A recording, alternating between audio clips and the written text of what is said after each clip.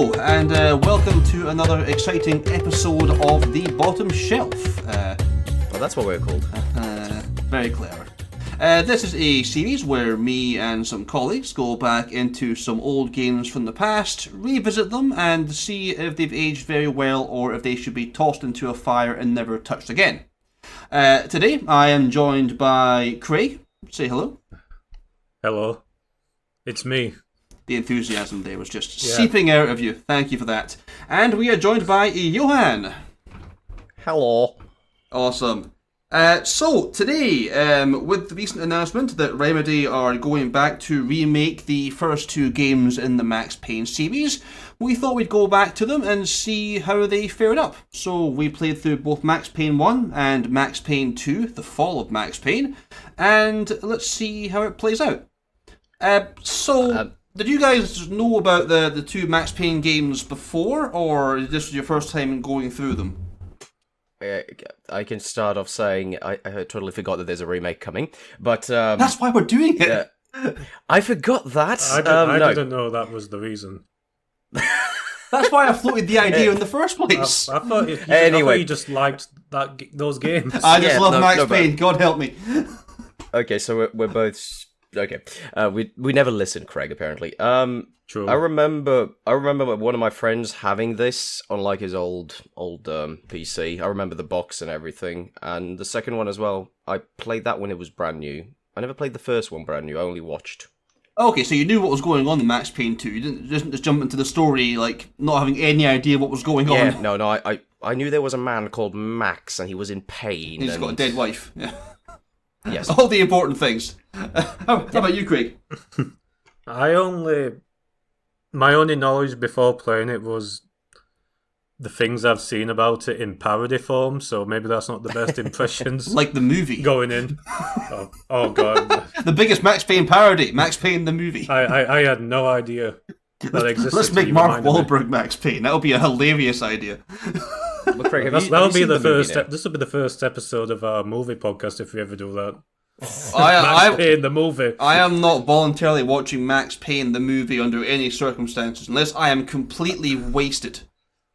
I saw that in the cinema. Get me full of alcohol and then I'll watch Max Payne, and then we can try and record that and see how it plays out. Okay, what was your excuse, Johan? You couldn't have been drinking in the cinema. I was assuming it was going to be one of the good video games. Of which there were many at that point in time, yes. That's a very bold assumption without going into it. There were Marky Mark in it. A man who's known for making high quality movies. Yes, you're right, absolutely. Yes. Right, anyway, I only knew about the games from a more exaggerated point of view. Not actual hands. But apart from I had no idea about the story, other than it just gets pretty dark in places. But apart from that, nothing. That's. Did you know about that it was famous for the slow-mo function thing? Yeah, that was something that whenever people talked about that game is like one of the that's the unique selling point. That's one of the Max Payne's kind of unique tropes. I think everyone, even not playing the game, knows that. Oh, it's the bullet time game. Ah, yeah, I remember that one. What about you, Mr. Me, I hadn't played them at all until quite recently. I played through Max Payne 1 and 2 back to back for the first time maybe 3 or 4 years ago. I had no context as to what it was. I'd heard that they were good. I knew that much. I hadn't really had much beyond that. I knew that they were third-person shooters, and they had bullet time effects. I knew that they were kind of like neo-noir, sort of a kind of gang, kind of, old detective-style movies, games. So I knew that going into it, but I played through both of them back to back, and this is my first time going back to it since then. Right then. So I take it that we all knew that the kind of the praise that the games had before going in, so we had a relatively kind of high benchmark. We weren't told that they're shit, basically. I know people like them, but at the same time, it was a PC games from that era can be very hit or miss from a modern context, so I wasn't sure if I was going to like it. The first one, at least, or both of them, they released PC and PS2, and Xbox as well. Release was the first one on original Xbox? So Max Payne 1 was released on PC in June 2001, and on PS2 and Xbox in December 2001.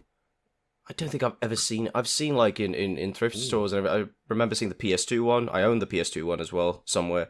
I've never seen the Xbox one. Well, I think Xbox wasn't really a massive seller at the time, so I think most of the versions that you see would be PS2 by default, because Xbox wasn't exactly flying off the shelves at that point in time, was it? I am wondering though, like back when it was new in this lovely country that I live in, because the studio that made it is Finnish, so I'm wondering Remedy. if it had a more Remedy is Finnish, so I was wondering if it had more like a bit bigger presence here or not. I mean, was I don't Xbox know, a I massive don't seller remember. in Finland? No, I'm thinking more like just the game as itself. National pride of Finland. I've gone away yeah. from the Xbox. Yes, it is the national game of.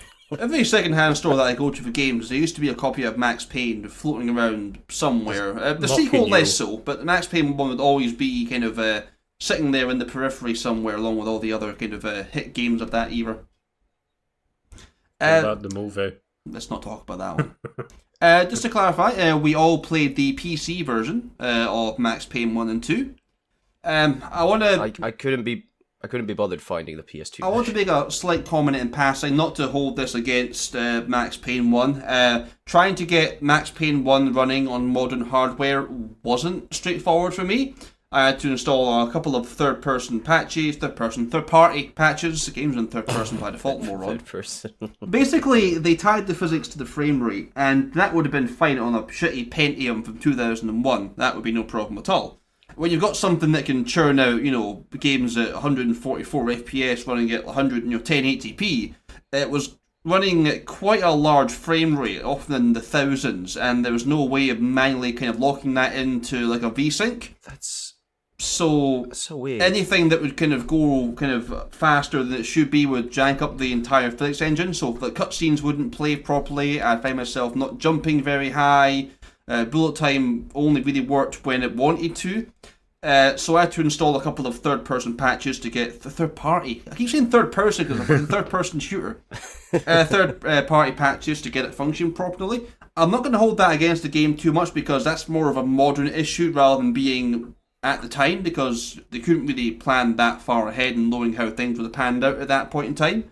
So it was annoying, but I'm willing to give the game the benefit of the doubt because that's just, it would have worked fine back in the day. For me, I as well, running Windows 10, I had to install to get the sound to work. But I don't get how you had such problems with the engine itself. Yeah, I had a certain cutscene where someone was trying to run across screen and they would just stay on the spot and they couldn't get through a door. So they couldn't carry on with the cutscene because it's all rendered in game, the cutscenes. So there would just be something that would be caught like an endless loop, and I couldn't actually progress past that point. Craig, did you have any problems? Oh yeah, I did. Oh yes. Oh yes. I almost gave up on the PC thing. I'll just get a PS2 copy. It'll just be easier. But then I don't want to play on the controller. I'll persevere. I managed to do the similar fixes that Kai would have done to. Yeah, I think get PC is the best way to play it. I think because it came out on PC first, that was what it was sort of designed to be played on, as far as I'm concerned. Question. You can't have a very new built PC. Yes. Craig, how old is yours? A couple of years, but I mean I've been upgrading since then, so it's okay. Because mine, I'm still running on my build from 2015, but that can't be that big of a difference. You're saying that Craig's PC can't run graphics-wise. Max Payne properly. I'm saying that you had to install multiple yours patches. hasn't even got a GPU at the moment. I had to have one patch for the sound and one patch for the physics. It could actually be that. I'm running it on my integrated graphics. I should have done that. It's just unplug my GPU and try doing it that way. I'm running it. So yours was running at the native frame rate regardless, because it's that. It could slow. actually be that. But because I only had to patch it because of sound. It's the one time When I that your started, there was no janky sound. GPU will actually do you Are a you favour. sure you're not going to mention later on that some of the cutscenes were janky and think that was just part of the game? There was one time it glitched out and the AI didn't know what to do. So he just walked off and then like the cutscene couldn't continue. That wouldn't be the AI. That's programmed to do a certain thing. That would change. because the cutscenes in Max Payne 1 are running what are we going to call it? In engine. They're not In-engine. in engine. They're not pre-rendered. So he just walked away and then the game didn't know what to do. So I had to walk a bit like longer and then he respawned. Yeah, I had a similar problem on the second game, but we'll get to that later. But seamless. Okay, Max Payne 1, besides being old and janky, 2001. This is the second game that Remedy ever made. You know that? Yeah. It's a pretty decent way to kind of kick off your career. They made a game called Death Rally 5 years prior to that, which I think got kind of middling reviews, but this was their first real kind of major hit. And to summarize, I think it's fantastic, frankly. Well, that's of course. Give some money to some Finnish people. We create I think it's a fantastic... I can't think of that many better third-person shooters of that era, as far as I can gather. Well, if we just quickly go through, 2001 was pretty good games coming out that year as well. I know. I was thinking of playing like third-person PS2 era shooters and what I think would be easier. I could think of maybe Star Wars Battlefront 2 as maybe being my only one that I could think of at a glance that I would rate as being on the same kind of pedestal. But I mean, like 2001. That was way later than 2001. It's still PS2 era. I'm using the same kind of hardware to base it off of, but I can't think of that many other games because third-person shooters can be a little bit awful sometimes. Yeah. I was thinking of Enter the Matrix and how that had sort of bullet time effects as well, and that had a big budget behind it, and that game was fucking dreadful. I like that game. Well, we will go back to that at some point, and I will let you witness how awful quickly it is. just say as well. Future episode reference. 2001, we had GTA 3, Halo, Metal Gear Solid 2, Devil May Cry, Tony Hawk 3. Yeah, my favorite third-person shooter, Tony Hawk's Pro Scare, yes. And Halo. But I mean, like, if we just go third party, I was going to say. You see? You've destroyed me. GTA 3, Metal Gear Solid. Does that count? I mean, above. It's not really it's a stealth. It's not a third-person shooter. But it's got shooting mechanics. It's not a shooter though. Well, then GTA 3 and Devil May Cry, third-person kind of ish, same time. Yeah, but the gunplay in GTA 3 was horrendous though. That is true. So yeah, I think in terms of actual the game feel, I can't think of any game that does what it has to do better than Max Payne. To be honest. From the time, probably not. Not that I can pick up just like that. Yeah. I mean, just in terms of the bullet time stuff and how cool that is. I know it's taken off the Matrix and John Woo vibes and all that stuff, but it just feels nice to use. Wait, was it in the Matrix game? Presumably. Yes, I think the Matrix game came out later on because the Matrix Reloaded came out in 2003-ish. I want to say. I can't really think of anything that would have used that before Max Payne. I think Max Payne, if it wasn't the first game, it was the first game that. Well, the Matrix movie came out in 1999, so there was a bit of an inspiration from that because that was kind of still a hot topic at the time. But to get it to working in a game setting, it's a different kettle of fish. It could have felt really gimmicky and off, but it felt like a fundamental part of the game. Oh, it's necessary for the style of game they made. Yeah, and there's certain parts where you've got to use that to actually survive. So yeah. Did you use it a lot? If we just talk about Max Payne 1, did you use the bullet time? You have to. Honestly, I used it more in 2 than I used it in 1. I didn't use it a whole lot. I feel in as 1. well. I think that in 1 I almost forgot it was there sometimes. I remember watching you stream a little bit when you were playing. I was like, why don't you use bullet time? Use bullet time. I don't know why. I often forget it's there, and it's quite situational when you need to use it sometimes, and I just didn't really. Sometimes I just thought I can just kind of shotgun my way through this, literally, and see what happens. Never works normally because that game has got fairly strong difficulty spikes. I'm going to throw out some the grenade splash damage being one of my biggest bugbears. As soon as you hear that grenade landing noise, it's game over. You've lost already. As soon as you hear it land, you're done. It's like you don't try to run away. You just I accept my fate. I'm over. Yeah, it's the whole game is designed around the idea that you're once you take away the bullet time, you're basically inferior to basically all the other enemies. Yeah. You feel very vulnerable. Yeah, they can lock on to you. Yeah. Except for that just one turn around mechanic the corner that you have to make use of. That's the one thing that sets you apart. I love to often quick save my game while a grenade point comes in, then do a harsh U-turn and then run back, and then quick save and then go back to where I had to be again. I couldn't imagine playing that game without a quick save. I'd still be playing it now. No, my F5 key is well worn out. Am I the only one? I just played like 10 minutes, saved, walked around 20 minutes, saved. I don't use quick See, save. I'm used to playing like Doom and stuff, where quick saving is kind of a necessity as well. It's a very old school mechanic where it's not really much of a check. Is there a checkpoint system in Max Payne? Yes. Oh. You come to certain places, it saves automatically, yes. But it's an old school game, like, if you played, like, for half an hour and then you died, and then I'm back here again. You're doing that half an hour again. Yeah, I don't know if I could tolerate that. So yeah, I was quick saving quite a lot. So yeah, it is what it is. You know, it's hard when it has to be, but I think sometimes balance wise it can be kind of leaning a little bit towards unfair sometimes.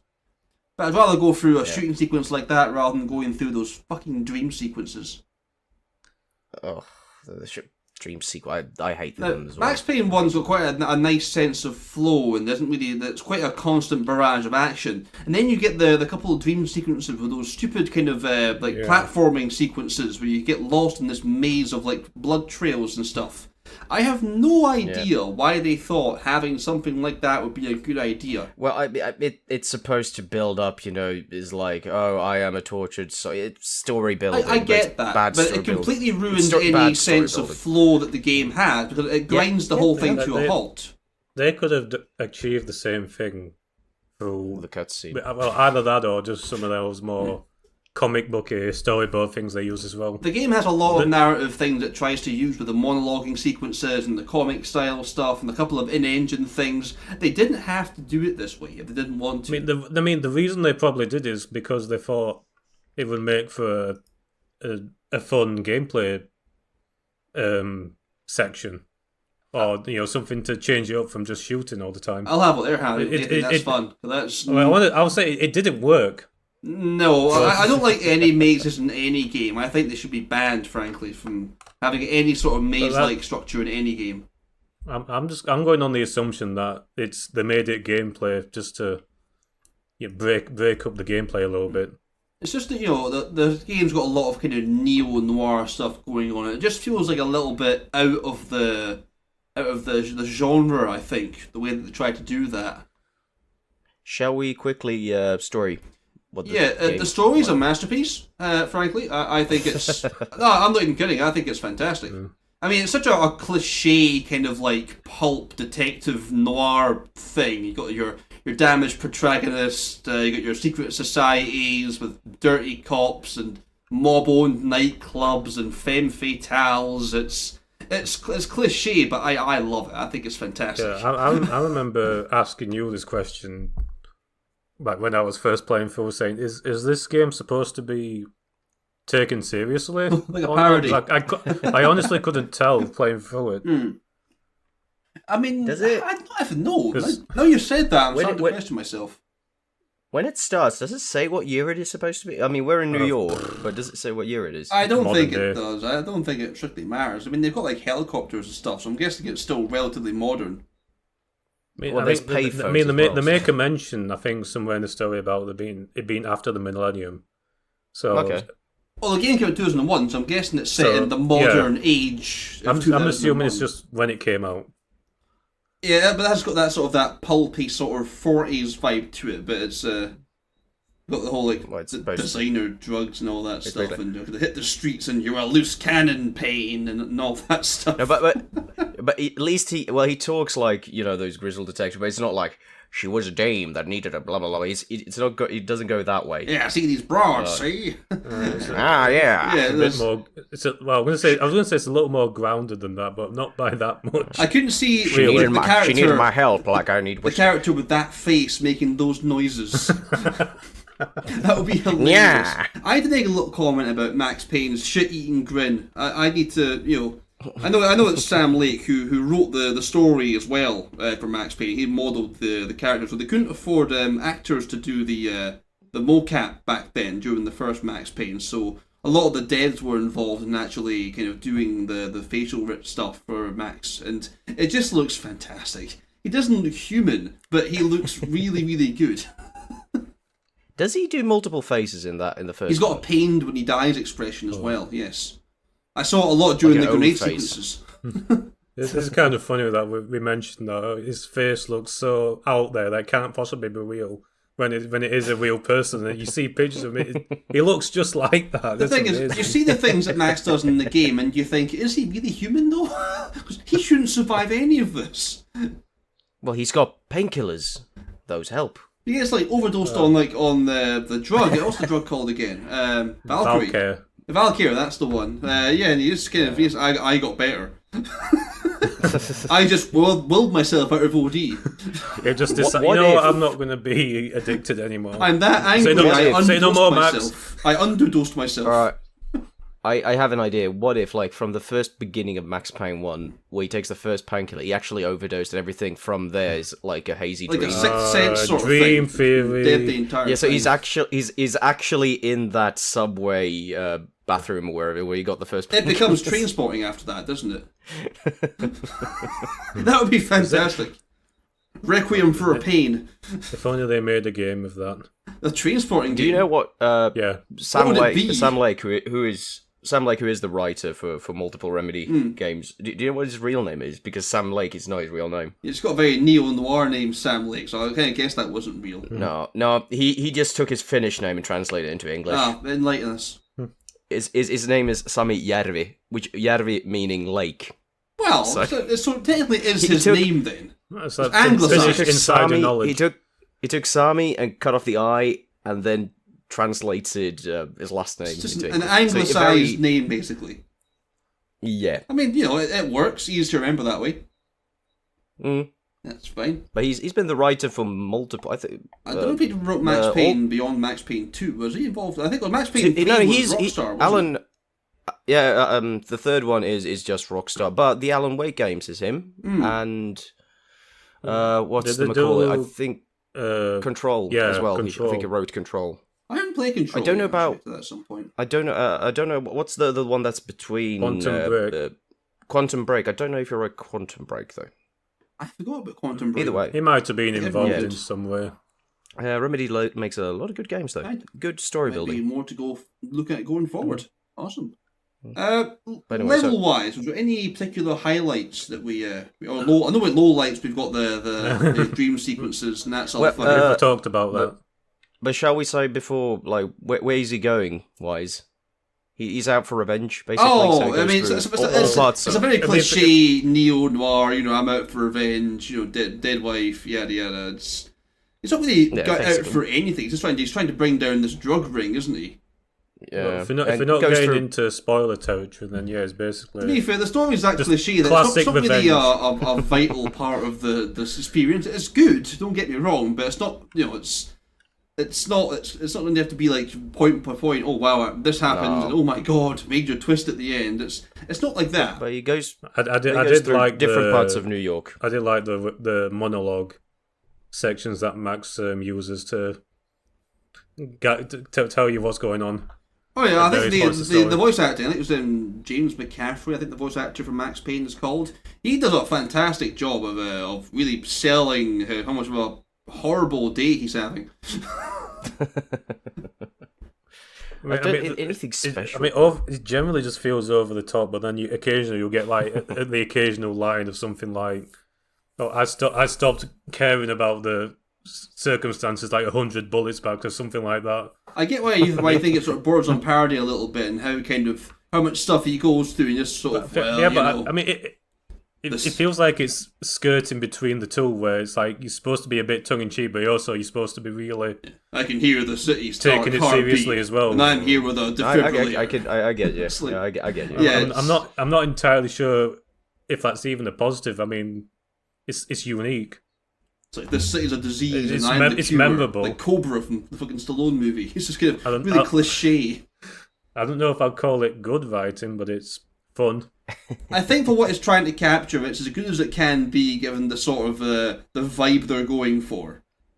You've got to think from what time this is as well, video game wise. So Yeah, 2001. There weren't that many kind of peak narrative games back in the 2000s. Metal were there? Gear Solid. Metal Gear being Metal the Gear one Solid. that are the only exception I can really think of at a glance, but we didn't really get into the proper kind of the Last of Us kind of genre of kind of like proper heartbreaking story. Well, I guess JRPGs kind of do that in a certain way, but not in like a Western kind of non-RPG context though. But level-wise, I don't think there was anything. There's warehouses. The Ragnarok, the nightclub houses. sequence, I quite enjoyed that. That was quite fun.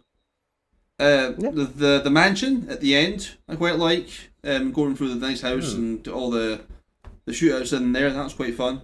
Well, there wasn't a mansion in the first one. Yeah, it's at the end. No, that was it's Lupino's mansion. It's that you go for there at the end and you find Lupino's dead wife. Hold on, what was it? I feel like I'm mixing together both games in my head. Wasn't the end level in one? Wasn't that the big house, the skyscraper? But yeah, there's a mansion before Okay, that. the second last level there. My apologies. Yes. Okay, yeah. Before he goes there, yeah. It's the big mafia guy's house where you find his dead wife. I do. Oh yeah, I remember that. Yeah, I do like as well the other voice actors because they're like the stereotypical like Sopranos kind of Italian stereotype. It's like an episode of The Sopranos. All the cops are all the cops are dirty and aren't playing by the book, and Max is a loose cannon and all that.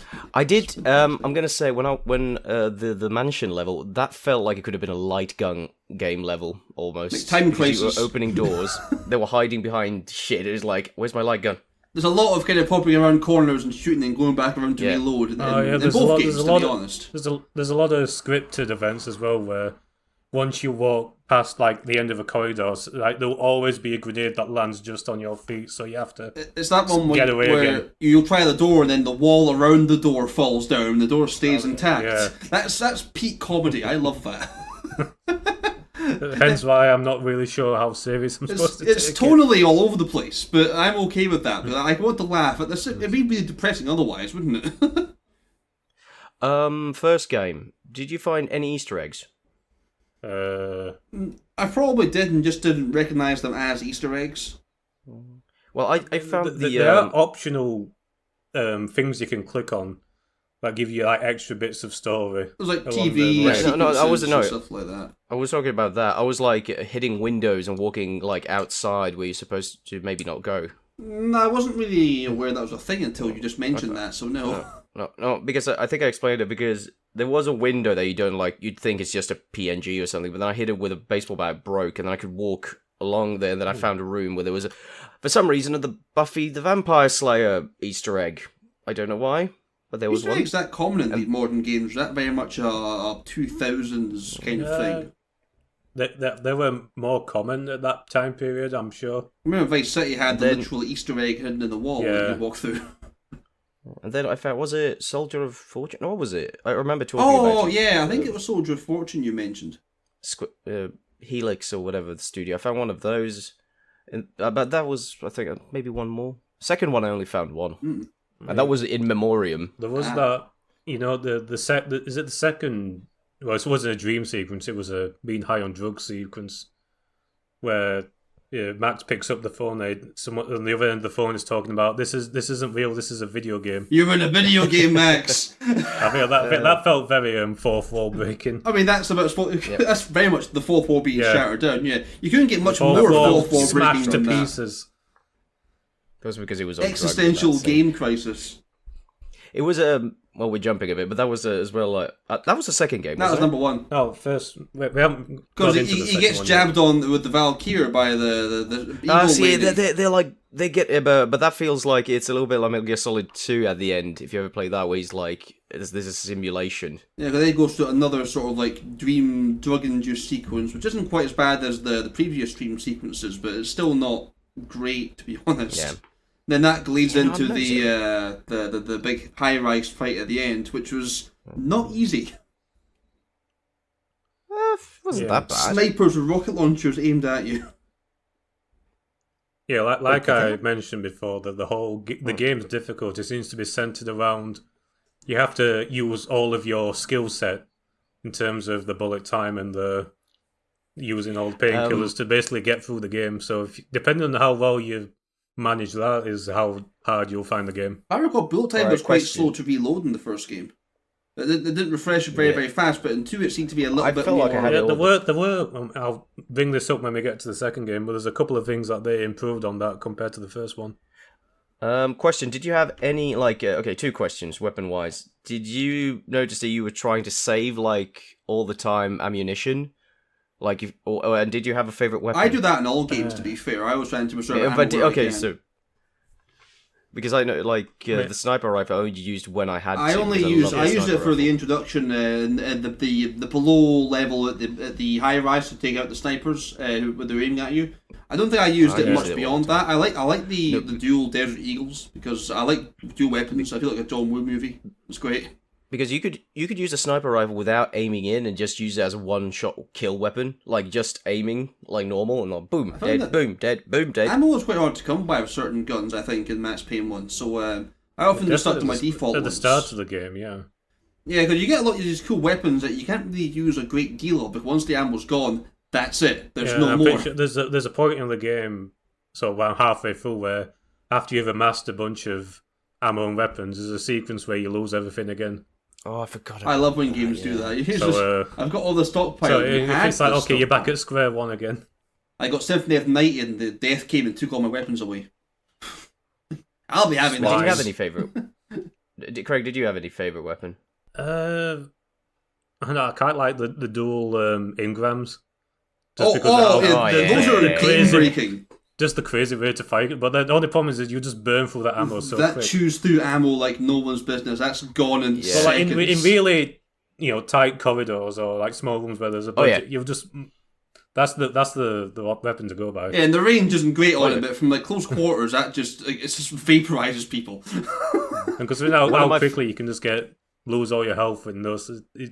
It becomes a necessary. The glass cannon. In close corners as well. In the first one, I did love just taking you walked around the corners. I mean, they saw you, ran after you. Then you stood by a door corner with a baseball bat. Let them walk to you. You could just hold in the button, and it's hitting automatically, and they walk into your line of sight. They die. That particular part where you only have the baseball bat. That's basically the only way you can realistically do that. I think I used the bat once there, and that's pretty much it. I like the shotgun indoors. It's quite fun though.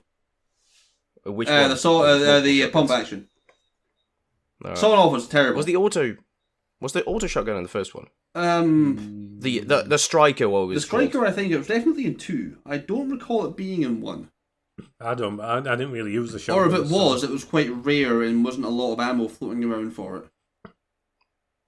No, it was on the first one. Okay, that shows what I know then. Yeah, I think I use a lot more weapon variety in 2 than 1. 1, I tend to stick to the ones that I knew worked, whereas in 2 I felt a little bit more, I'll take a few risks here and there and try using different things, because a lot of it's quite circumstantial. I mean, the second game gives you a lot more weapons faster. In the game, Max Payne, for a lot of Max Payne, you're only using the pistols. And pistols, maybe a shotgun. Or a sniper if you have to snipe. There's that level you have to move the crane around and try and go around, but there's towers where snipers will shoot at you. I kind of only used a sniper rifle during those kind of automated sequences trying to get this crane around the corner and stuff. That's when they introduced it as well, so it's giving you a little sequence. Okay, you've just got a weapon for this situation. You better use it. I hated that sequence, to be fair. Slow cranes moving left and right and trying to avoid dead ends and moving around. It was an absolute nuisance. But Craig, what you meant? I think what you meant, it takes very long for you to amass all the weapons in 1, while in 2 they give them fairly quickly. Because was that what you meant? Yeah, that's what I said. Yeah, okay. That's literally word for word what he said. So I understood you correctly, but yes, I was going to say I agree, because it feels like fairly long into the game. Okay, I got 2 shotguns, the pistol, the desert, and the engrams. Is this everything? Because it took fairly long, to get the last guns. Yeah, I feel like. I mean, that's not necessarily a negative, but no, I'm not saying, but it was I was thinking there's going down hidden paths and finding some hidden OP weapon in the corner. You could actually get the sniper rifle before they gave it to you, where you're supposed to have it. The game actually got quite a lot of criticism for being quite too linear and lacking any sort of replay value, but is that really a bad thing, do you think? I had problems actually working out which way to go at times. It wasn't immediately obvious. But I had that worse in 2, to be fair, but I'll come back to that later on down the line. But the gameplay itself is quite linear. You go from point A to point B, shoot some shit at point A to point B, but that's fine, I think. Is this just because the GTA 3 would have come out a little bit earlier, and they thought, well, every game needs to be open world now. A lot of folks sort of... That feels like a really unfair criticism for this game. I know, a lot of folks sort of boo the idea of a linear game, but sometimes I like a game that I can just go from A to B and know where I stand, and the narrative is tight and the gameplay is tight. Not everything has to be Grand Theft Auto.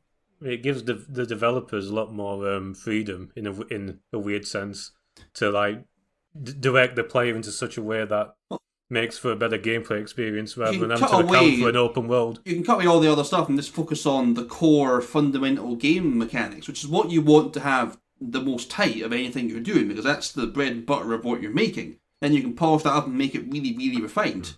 I couldn't imagine this sort of gameplay mechanic being even possible in a game like Grand Theft Auto 3. It's too expansive. It wouldn't work. I want a split timeline. Like if I go that way, they'd have to make sacrifices to make it open world. Yeah, and the lack of replay value. I mean, I don't want to play every single game I play 4 or 5 times. Now, and like a 50-hour experience. I like a short, poppy game sometimes. That being said, though, didn't the first one as well have you unlock different? Wasn't there another game? Difficulties don't count. I don't really count that as replay value.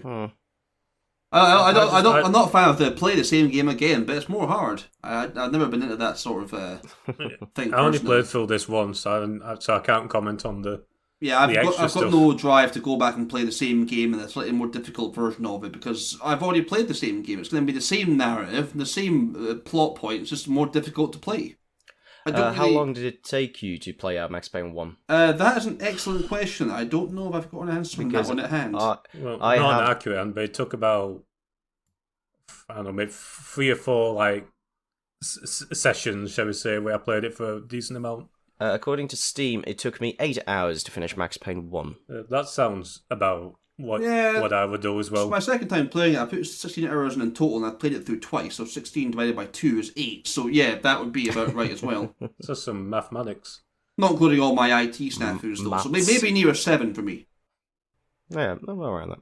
But still, standard time. That's not bad. For a game of that era, given that it is quite linear, 7 hours is more than acceptable. Because a game can be too long and it can drag on a bit sometimes, whereas I think that the game ended just where it had to.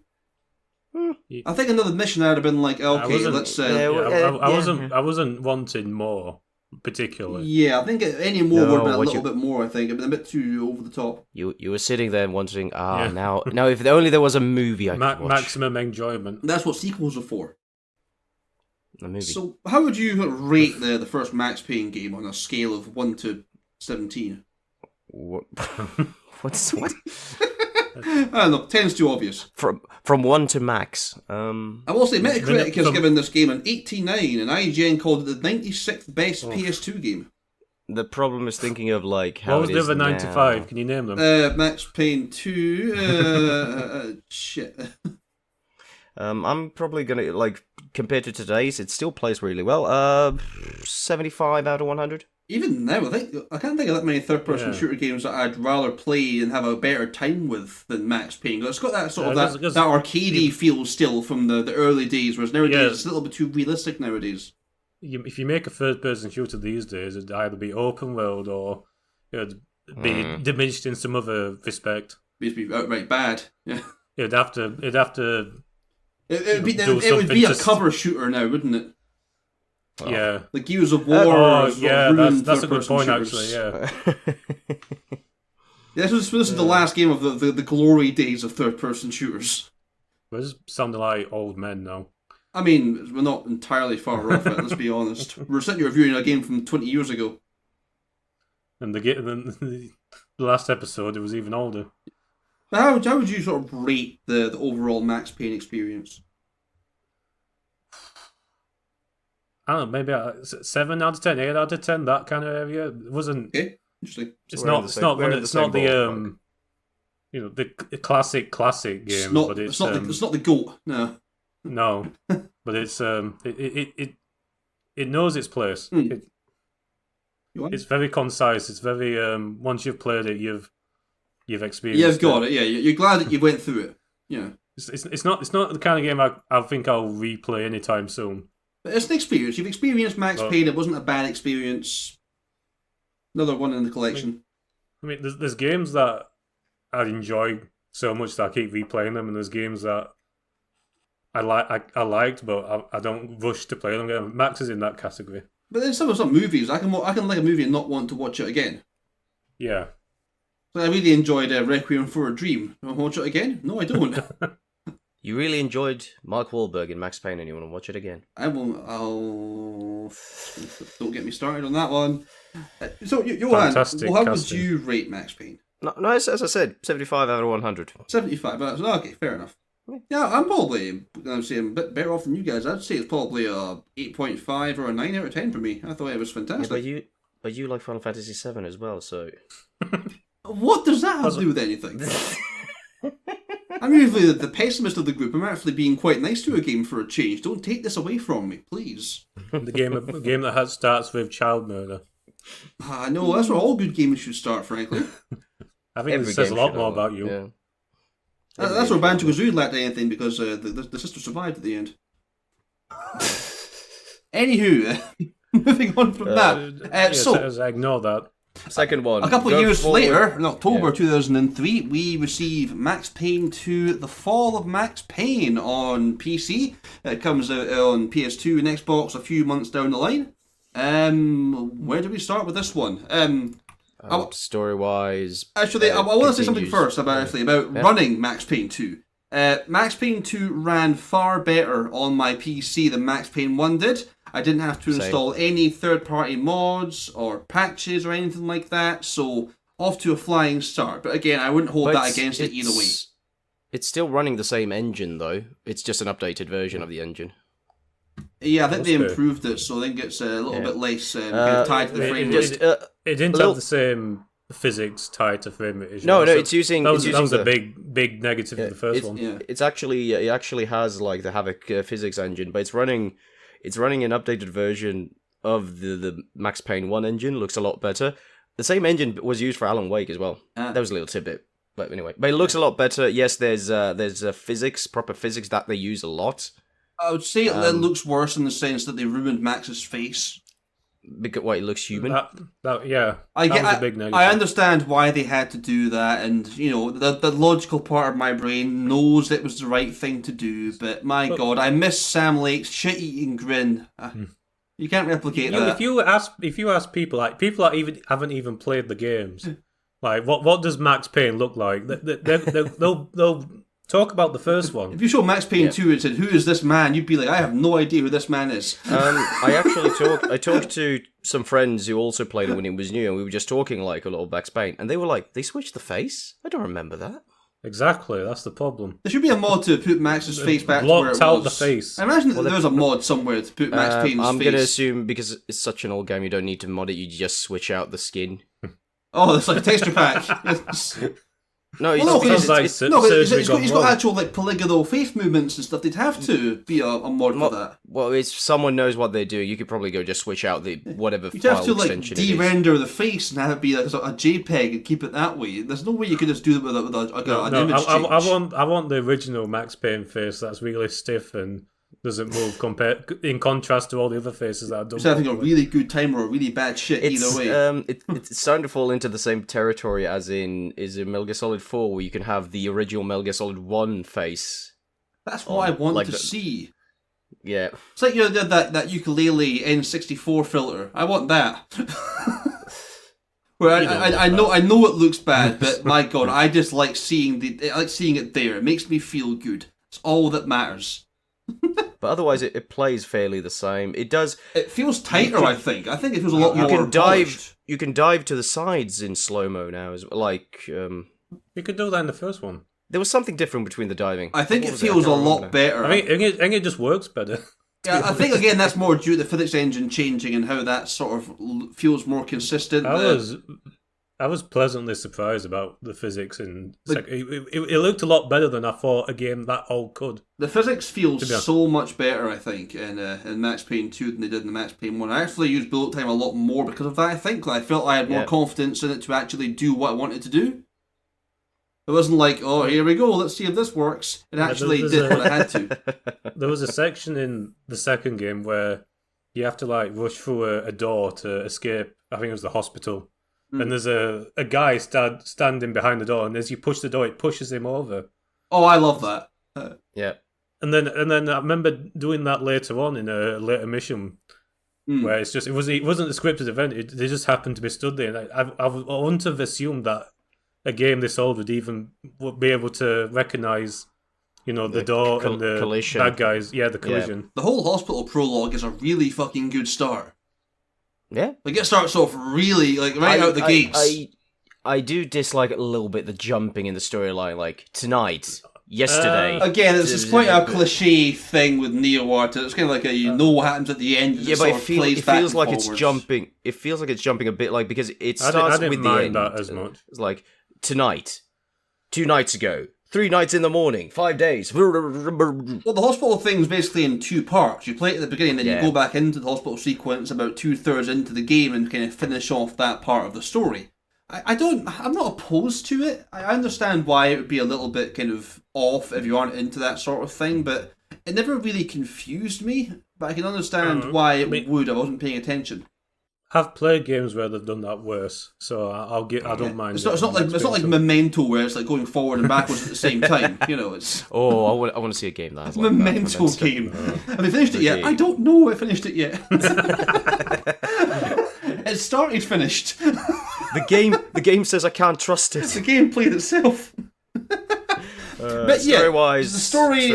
I like the story. I think it's a little bit stronger in the first game. I prefer the drug ring story more, I think, than the plot of the second game, which is a little bit more convoluted. I mean, the fact that the second game is basically a continuation from what happened in the first one makes it. Yeah, sort of weakens that story a little bit because it's kind of. Yeah, it goes back.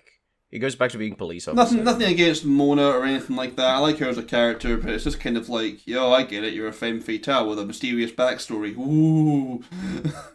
It's like, I think it's because Max Payne 1 ended on such the perfect note.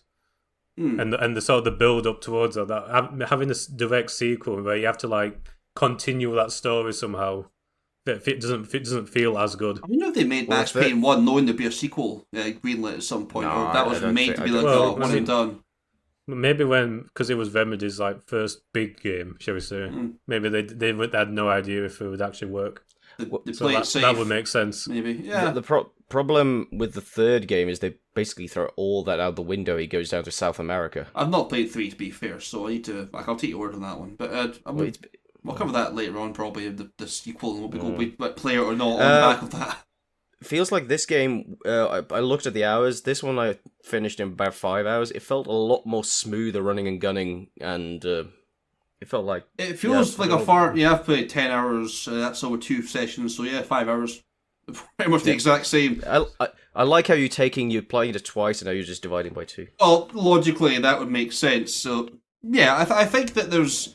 I don't say there's less game, but certainly it's a more polished experience than Max Payne 1, which did have, as much as it was good, there was definitely a few kind of bits that I would have kind of buffed out with a few things in mind. But they've had 2 years to work on kind of, engine kind of polishes and how to remedy certain remedy certain things that didn't quite work as well the first time and add it into the new game. So yeah, I think it definitely has all that on board, and you can see where they've taken the improvements on board. Did you have any weapons? Did you have any weapons you liked in the second one? I like them all, frankly. I mean, I like the AK was brilliant. Oh, the Kalashnikov was really overpowered. Yeah. Any of the automatic rifles at the end of the game were just almost like cheat codes. Yeah, I used the pistols a lot more in the first game. In the second game, I think just because it gives you more options, I was using the automatic weapons a lot. I think in the game, generally, they're kind with ammo as well. All the guns feel really nice. The gunplay, I think, is even better than it was in the first game. And I love the gunplay in the first game, but it's so gratifying mowing down hordes of cleaners with this a couple of pistols in slow-mo in the air. It's fantastic. Submachine gun, the MP5, is really good as well because you can scope with it as well. There's not many bad weapons in the game, to be honest. They're all pretty high quality. I don't think I used the... Was there both because all the weapons are viable as well? It isn't so much that they're not all circumstantial. Yeah.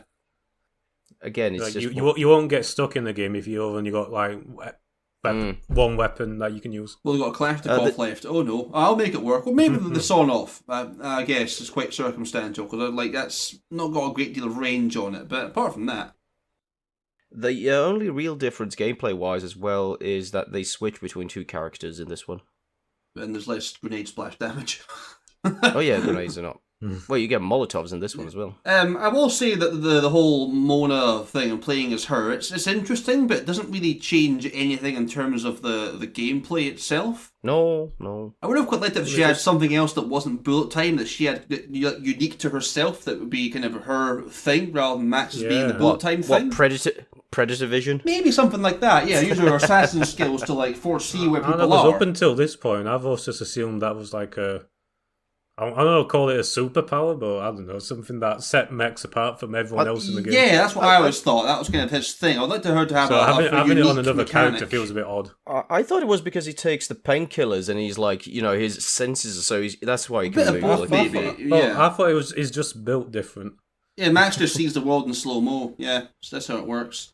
But yeah, I think if Mona had something more unique to just her, that would have made the bits a little bit more engaging, because it's just it's just like changing the character model, and that's pretty much it. There's nothing else that changes. Snarkiness is her power. The same weapons, the same kind of movement physics, the same battles, essentially. It's just nothing really changes much, so it's interesting. It's just a cool idea, but it doesn't actually change that much, to be honest. No.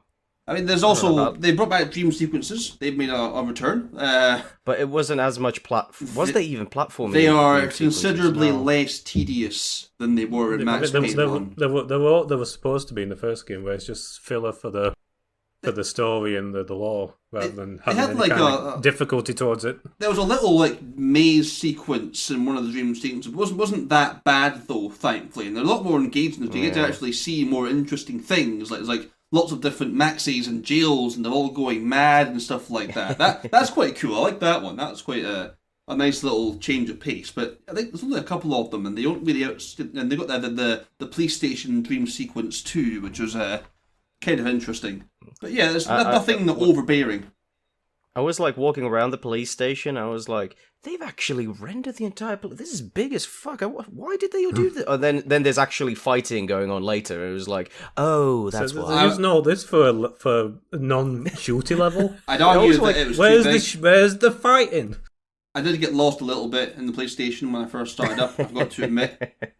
I missed out one line of dialogue and I didn't actually know where I was going, so I just kind of went up and down stairs a couple of times trying to find out where I was. So, didn't really enjoy that level. That was a common issue not a big issue, but like an issue I had in the Max Payne games where they're pretty linear, but if you can't work out what specific thing you need to do, you just get stuck. It was the cleaner's hideout level. I think I spent a good half an hour lost trying to find out where I was. Clicking on every door that you can't open. It's like a multi-story building. You can change the different buildings as well sometimes, and I had to go back and forward and back and forward. I had to look at a guide online to try and figure out where I was. It wasn't that bad for me, at least.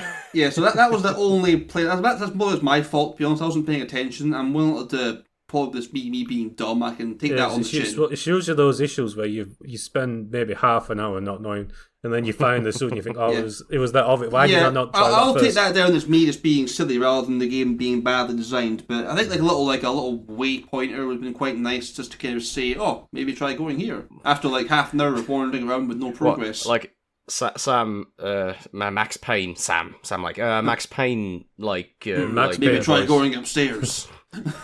Maybe I should go upstairs. One door I haven't tried yet. Like an arrow pointing, the drug arrow. Yeah, so I got quite lost. So I didn't like that level very much. I did like a lot of the other levels, though. I enjoyed Mona's little funhouse hideout. Yeah. That, probably the highlight. I mean, it's just showing off the game engine, more or less. I'm completely okay with that.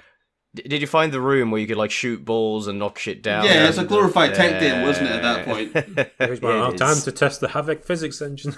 Again, I'm okay with that. It's not a bit of a change of pace. It's not just shooty bad guy. You've got that odd kind of warping tunnel sequence where the whole thing rotates and you get to see, that's the door back here. Yeah, that's quite cool. I like trying to escape Max's apartment block when the cleaners come in and going through all the other houses and stuff. Oh, and all the neighbours are there. I was going to say, that was a different gameplay-wise element as well, where you could actually get help from NPCs. Oh, the one where you can get the Russian guys on your side, and then you think you're one of the good guys, and then... Did you open the door and get help from the homeless guy and the prostitute as well? Oh, yeah. I think so that's the difference. The guy saying that his wife left him and all that. That's quite funny. Yeah. She just up and split. I think that was a necessary. I'm not sure if it was actually optional. I don't think you can avoid that. I didn't try shooting the homeless man. Funnily enough, of course, I'm sure some people did. I mean, you've got to try it, right? I mean, what's the point otherwise? Life's full of little adventures. So that was quite fun. I quite enjoyed that one. The funhouse level we already discussed. The hospital level, again, really solid. I love hospital levels in games. I don't know what it is. Because there's a place of where people get better and you're making folks dead. I find that quite gratifying. Unbelievable. Aesthetically wise, I think that the buildings where I did like the part where you're supposed to help Max with sniping, but I didn't like the whole building section. The construction site. Yeah, I mean, it's been done. Construction site fights, I'm over it. And they're a bit cliche and a bit kind of, it's a construction site. I haven't listened to the game before. I liked Warden's Manor at the end as well. That was quite good. Again, that felt like it could have been a light gun level. Yeah. And a question: what did you like about the what do you call it? The where you're supposed to help that one guy, so he doesn't die. I've got a note about this escort level. Escort. Okay, go ahead. Now. Vinny in the mascot suit. Yes. Hey, Vinny. Now, I can't think of any escort mission that I like in any game. And you know what? This game is not an exception. No. I liked it. There was nothing bad around really? it. Yeah, it was.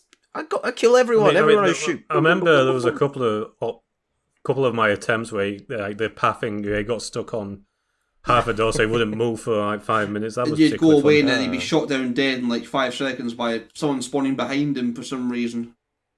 Yeah, he was caught on a door inside his house trying to escape. Realistically, you're playing that game where you're playing that level by trial and error. There's no way you would do it the first time. You go to a door and then unless you knew what was going to happen, and then the bad guy spawned behind you where he's already left you in your wake, and he gets mowed down when you can't even see where he is anymore. I'm generally not a big fan of games where it relies on you to actually fail before you know. I don't understand what to do. Why they thought that would be a good idea to add that into the game. I liked it. I stood next to him. I shot all the assholes that came towards me. But it ruins the pace, though. I get through the game at a fair rate of knots. I'm mowing through buildings as fast as I can. It just it slows everything down, and it's like, I want to get on with this. And he dies at the end anyway.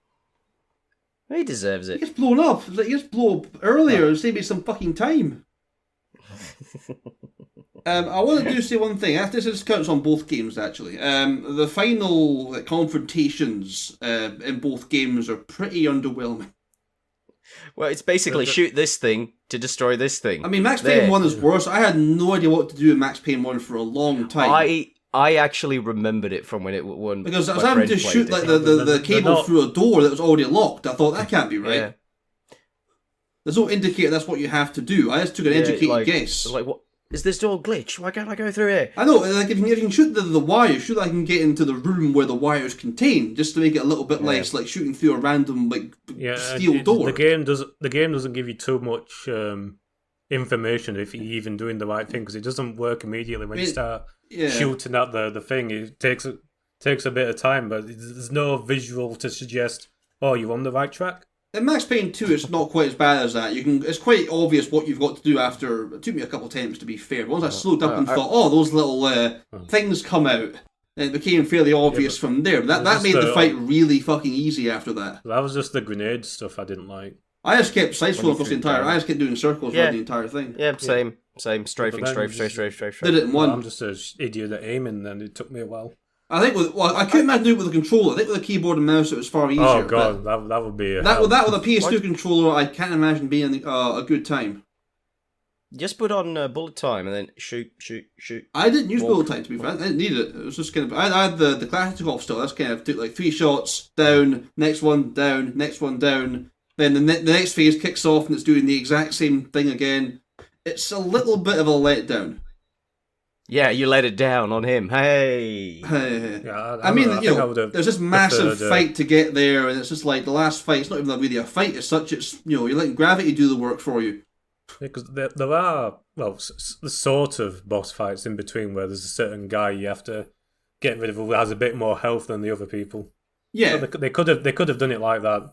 And I think I don't. Because you're chasing up this entire sequence, Vinny, to get not Vinny. What's the guy that you're chasing? Vlad. Yeah, Vlad. Yeah. You're chasing Vlad through the building. He's shooting at you. There's that all kind of an automated like stair lift section where you have to try and like take cover. Where he turns it on and off again.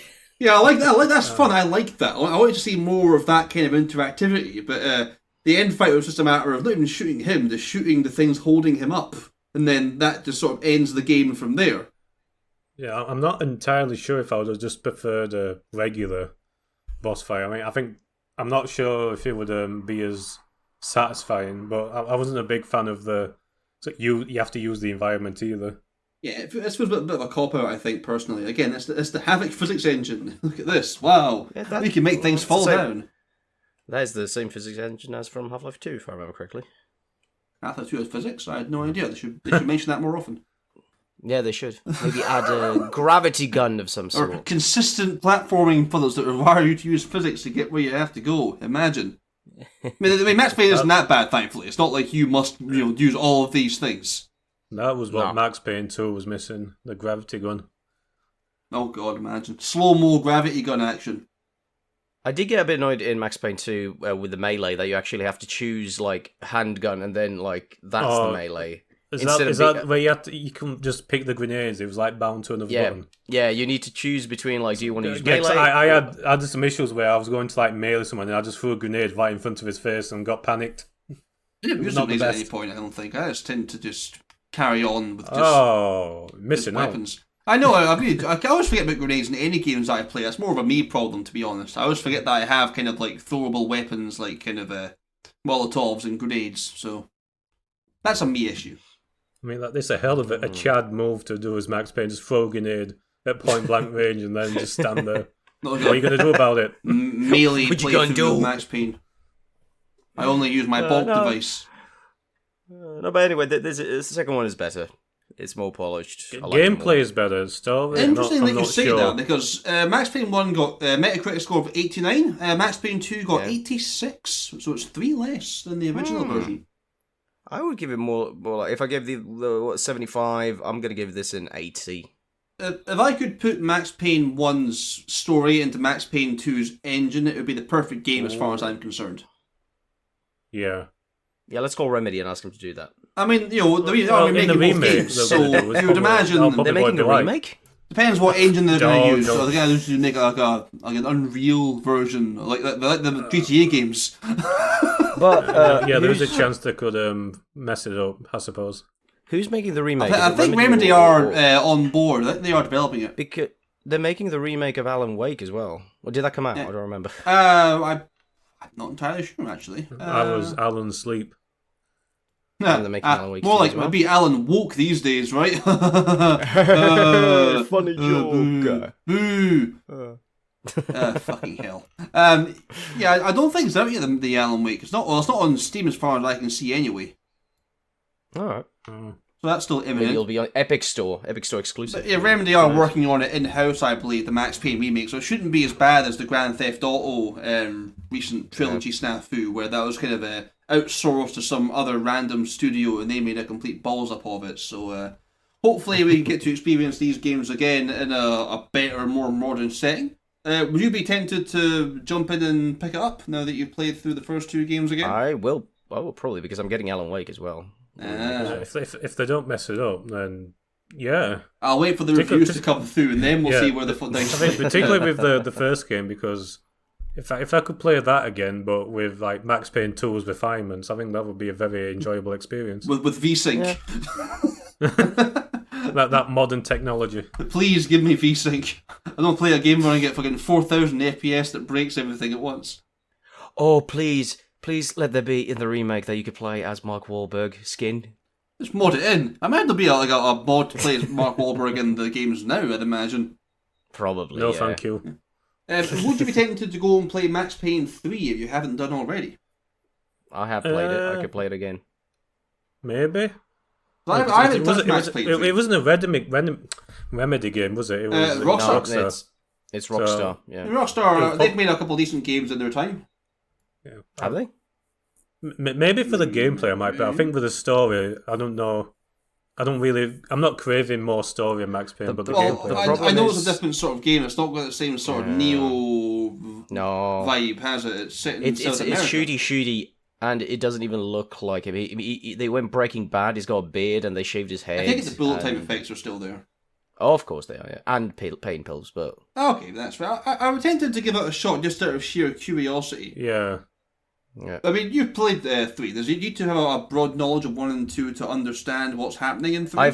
No, it's basically... He did... I don't remember if it's exactly after 2, but it's basically shit went down in New York, so he moves down to South America to be like a bodyguard. Like a soft reboot sort of thing, where it's not really strictly essential, but it's the same character, dead wife, if I remember, yada, yada. If I remember story-wise, they talk like, hey, Max, what did you do back home? Like, why did you come here? Blah, blah. It's stuff like that. Is it the same voice actor?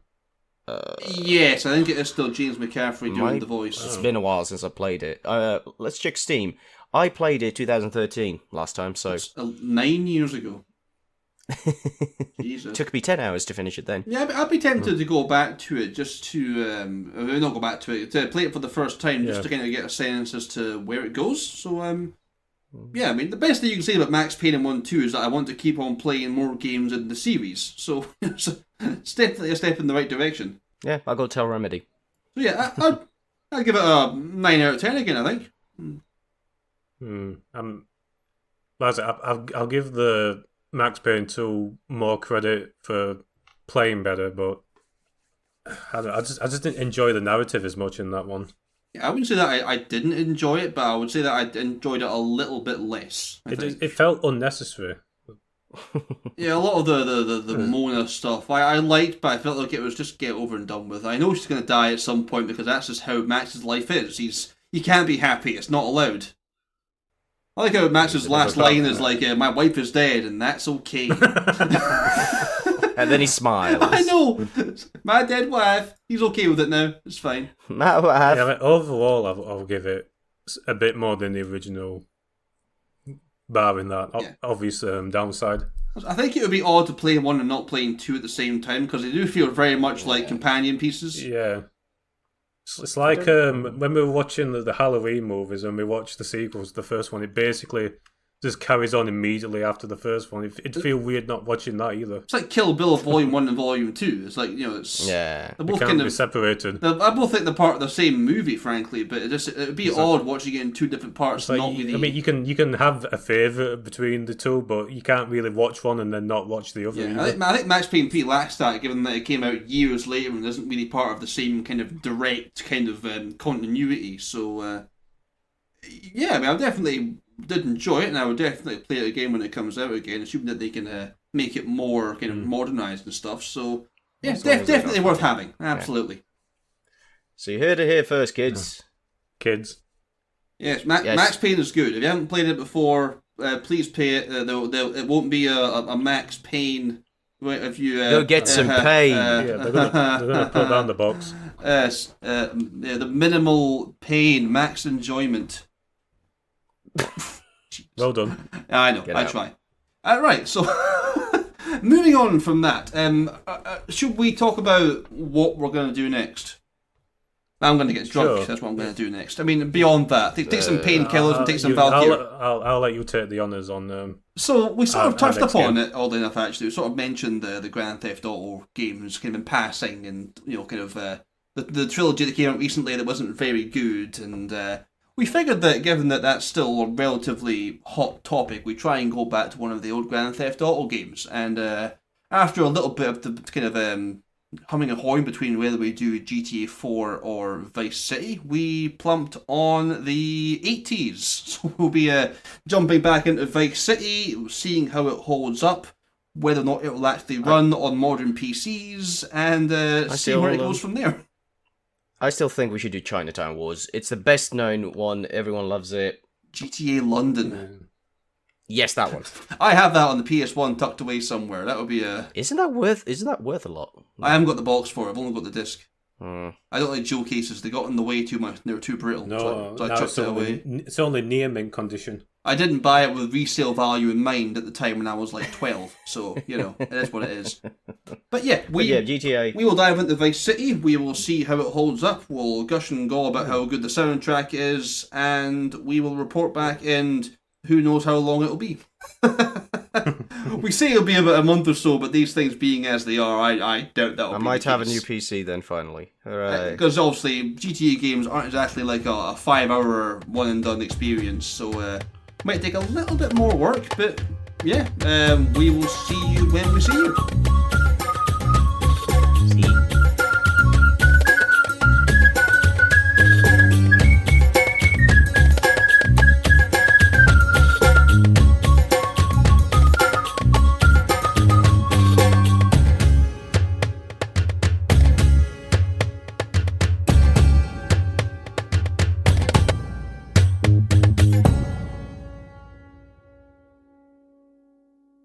See.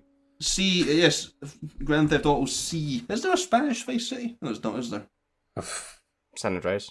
That's not Spanish. It's got Latinos in it. It doesn't make it Yeah, Spanish. they're speaking Mexican. They're speaking Mexican. Oh, God. Okay, that sounded wrong. Okay, goodbye. Oh, cut this. Cut it out. Cut it all out. Stop it there. Bloody hell.